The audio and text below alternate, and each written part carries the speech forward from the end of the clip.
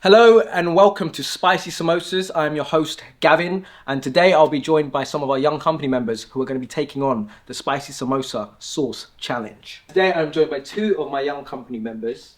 Can you introduce yourself, please? Hi, I'm Zain.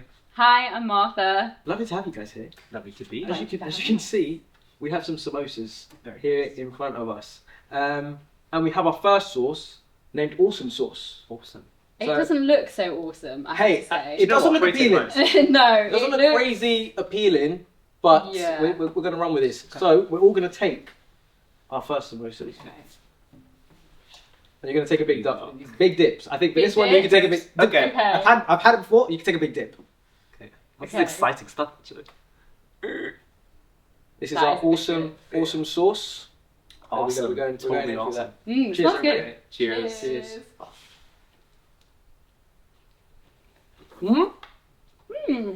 Tasty. Right. Nice. So, Bit sweet. allow me to ask you your first question. What's it like being a part of the Tara Theatre Young Company? Awesome. Awesome. Amazing. I really enjoyed it. Mm. I think the biggest thing for me is being in an environment with other people of colour, people from the global south, and just feeling included and not feeling like a minority. And that's always been that's a unique thing about Tara that I really enjoyed. Yeah, it's just such a vibe. Like, everyone's so nice, so welcoming. We come in like every session and just everyone's so lovely to be around, so inspiring and like rare to be sort of like in an environment where everyone's just learning, not afraid to make mistakes, and yeah, like we've all got like a lot in common, so it's just a really nice environment. It feels like that. There's a lot of relatedness. Yeah. No family. It's really nice. No family, right? Did you ever know about Tara prior to like applying to the place? I think I'd heard whispering. What were the whispers?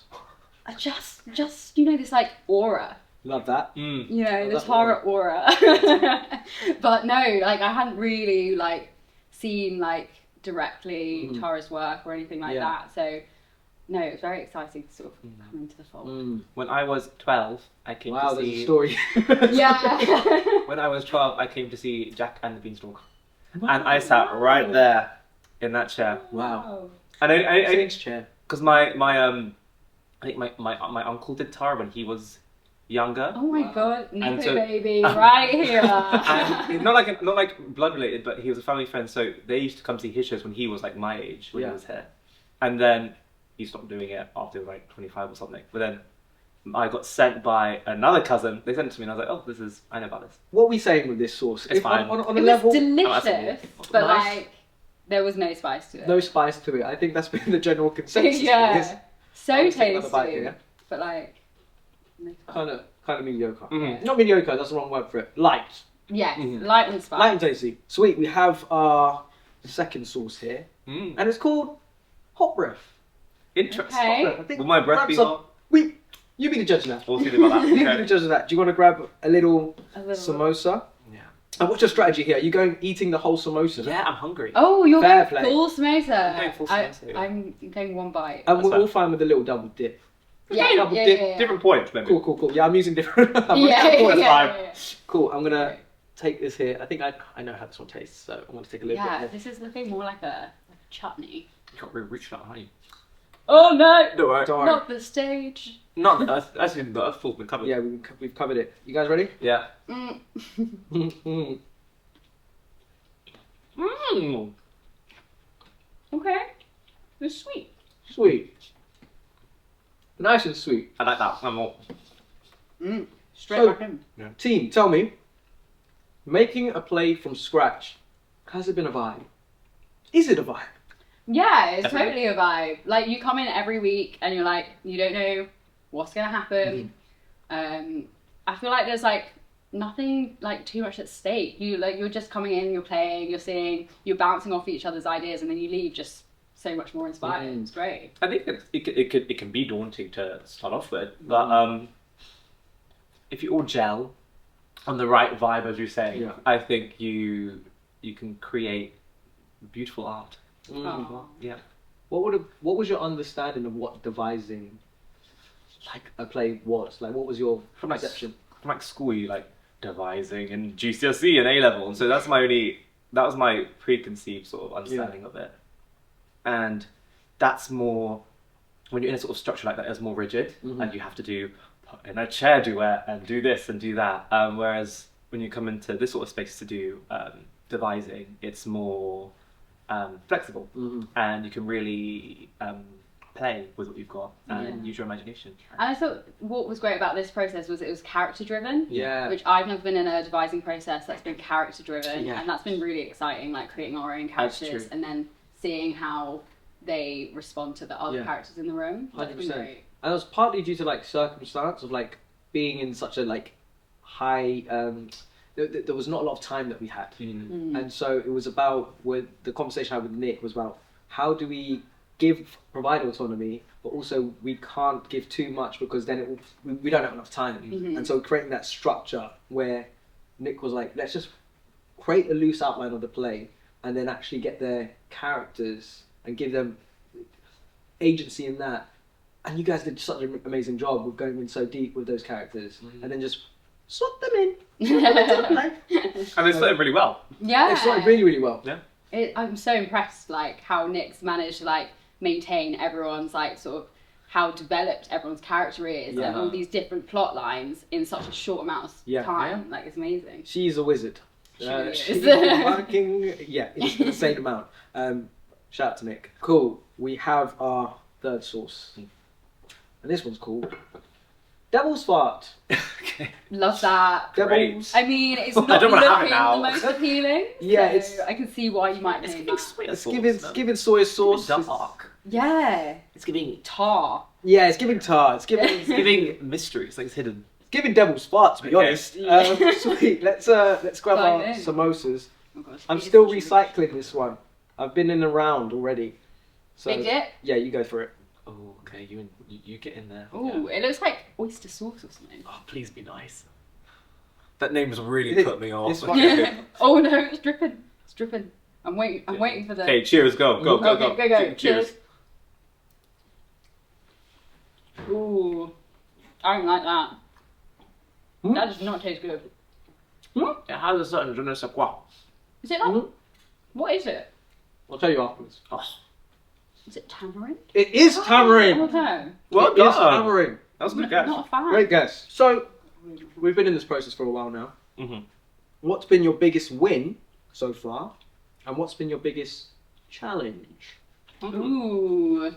I think my biggest win is just working with brilliant people. As cheesy as it sounds, like it is great to work with like-minded people who inspire you every single time that you're in the room with them.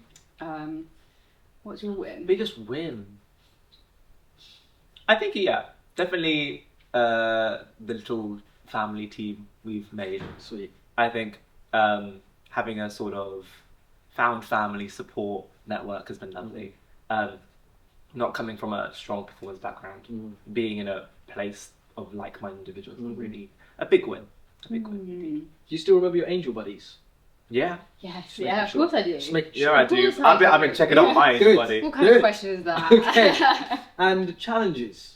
Ooh, Be as I open- mean, come please on. be open here.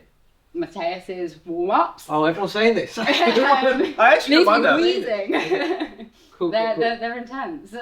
I think that the greatest challenge is yet to come. Well, interesting. Yeah. I think it's a build. I think it will probably. I'm not very good at learning lines. I think that's probably going to be learning my lines and getting them all down convincingly. I hear you. I I think think very challenge.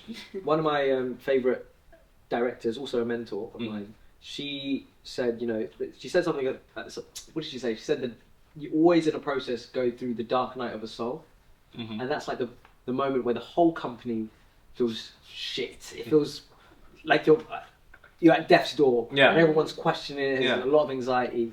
I don't think we found that point yet. Yes. But Maybe we apparently never it got to that exists point. in every process. Apparently it exists in Oh, every for process. sure. No, I think in terms of stuff that we've been doing, I think building convincing characters can be quite difficult because you don't want to base it too much on yourself, but you also don't. What you want to make it, you want to root it in realism, and so I think that's been to try and strike that balance. That's been quite challenging. And definitely Mateus's. Yeah, I'm gonna stick with that. I think that's fine. I actually think that's fine. Wow, okay, a bit of a big It's flag. like, yeah, get those structures in. You compliment. I mean, I love them, don't get me wrong, but they're a challenge. They should. Hey, we've got way more of him coming. Yes. So let's. We love you, Mateus. Final assessment on the devil's fart. Devil's fart. Devil's tamarind fart. Just, Devil's tamarind fart. yeah, no spice. No I spice. like number 2 more. I think on Number a 2 I personal like level, Number one's still my favourite. Number 1. Yeah. Really? I like the herbiness of it. herbs. Yeah. Okay. Mm. I think number 2. Number 2 for me. Yeah. Yeah. This one's called jalapeno. I don't want no more. But why? Is it because it's spicy? It's not that bad though. I'm just Not gonna that I let thought the weed roll. Yeah. Are we Wait. saying it's bad? Say it again. Jalapeno. No, I I don't don't want want no no more. That's a long one though. Imaginative. We Right? love it. We like a long title. Yeah. Huh? We like a long title. Yeah. It's one of those things, you know, when there's like big We font and it do gets like a smaller. long title. Hey, thank you. Yeah. Let's just move on from the name. Okay. Okay. I don't want to dwell on that for too long. Let's get. It looks good. It looks all yeah. It looks tasty. Get dipping. Okay. Jalapeno. I don't want to. Is there jalapenos in it? No, absolutely not. I know. So, exactly. So It's got Okay, stuff in I'm it. just. it needs a rebrand. Oh, It needs an This is- R&D. This is tricky. Chunky. Oh my god. Ooh. Oh my Use god. your fingers, man. Get in there. There we go. Oh, that's a big one. You got no more. I know. I don't want no more. Okay. We're gonna Okay. deliver on spice. Let's see. Alright, Okay. let's Oh, go you for it. took nothing. I'm gonna get more later. Okay. Okay. Cheers. Hello, that. How do Mm. Mm-hmm. I should not that. It's got liminess to it. We're like a pickle. Mm. Mm-hmm. Mm. Mm-hmm. Oh, here's a bit of a question. Mhm. What do you think is the biggest barrier to climate activism right now? And are there similar barriers to theatre? Ooh, good Juicy. question. Juicy one. That's some similarities. I think there's barriers to climate activism, and I think, oh my god, we could go on forever, but I think the main one that springs to mind is sort of just like apathy, just in the sense that like on an individual level, I think there's like quite a strong feeling amongst many people that like, what can we really do to make such a difference when it's big oil, you know, big businesses, you know, the super rich that are the ones sort of like in control of the bigger things. And do you think there are any parallels with theatre? I guess so. If I was gonna link it to that point, Mm-hmm. I think, yeah, I suppose you could say, you know, the powers that be Mm-hmm. are the ones that are in charge, and we're just sort of, it's all based on luck, I guess. And you could say, you know, unless you've got that there's a lot of, you know, nepotism in the industry and like not having the right connections, and then it can again lead to apathy because you're like, you can be working as hard as you can be sending out those agent emails and no one's replying. Do you want to tell us something? No. So yeah, I think maybe there's that, you know, and you know, particularly in theatre, like I feel like we're moving in the direction of star casting and all of that, and for good reason. You know, there are financial reasons to that, but it does sort of feel a little bit like it does take the wind out your wings sometimes, and you're like, where's my in? You know, as a young actor, theatre used to be the training ground for young actors, and it doesn't seem to be like that anymore. I think agree with that in mind. When it comes to climate action, you have people in power greedy for more, especially in terms of financial gain, and so because of that, the planet is dying. And there's not much young people, people that aren't in positions of power can really do, because they don't have the the tools to create that big a change so quickly. But there is of course the ability to change that. When it comes to theatre and greed, and it can be very inaccessible. If you look at like prices for, let's say, West End theatre tickets, they're through the roof.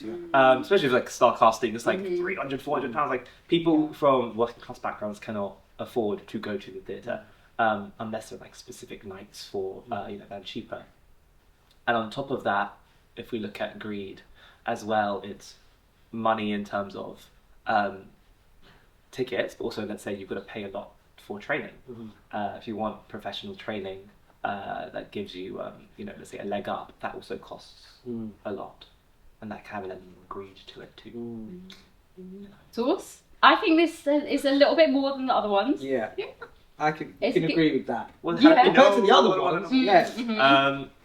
Got good flavour to it. Yeah, I just think it matches. Yeah. I think it would go well with like just chicken.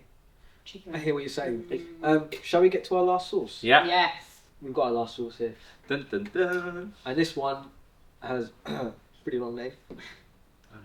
Radioactive Raging Dragon, Fire Hot, Very Hot Hot. Repeat it again. Very hot. Radioactive Raging Dragon, Fire Hot, Very Hot Hot. Was this like your word cloud of all words associated with spice? Yes, thank you. That's exactly what it was. With this one, I would say get a little chili in. I Get think a you've little got to. chili. I think you've got to. Compared to the other ones, you need a step up. Okay. I'm gonna fall off You this take chair. it. Okay.